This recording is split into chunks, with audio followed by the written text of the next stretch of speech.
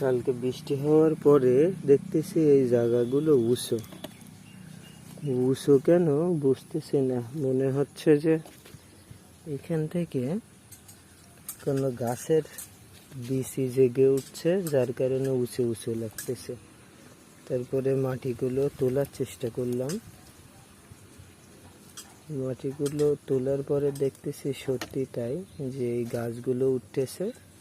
আর এখান থেকে যে মানে বিচির উপর দিয়ে মাটি ছিল, মাটিগুলো ঠেলে বের করতেছে।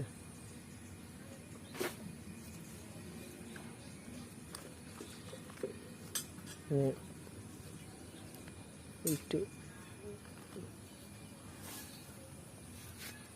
এখান থেকে